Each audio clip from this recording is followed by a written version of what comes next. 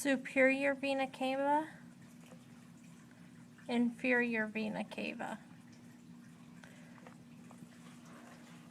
External jugular and internal jugular is right on the inside of it, going up the trachea. Azygos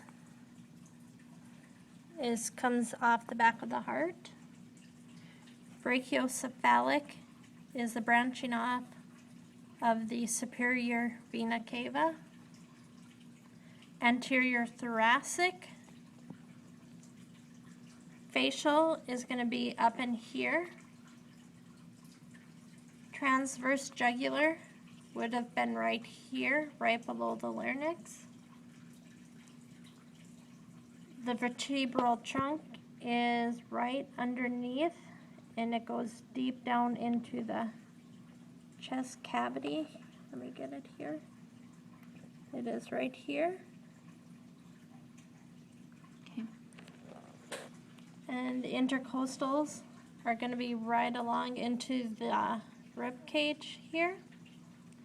And the pulmonary vein is on the back side of the heart, right there.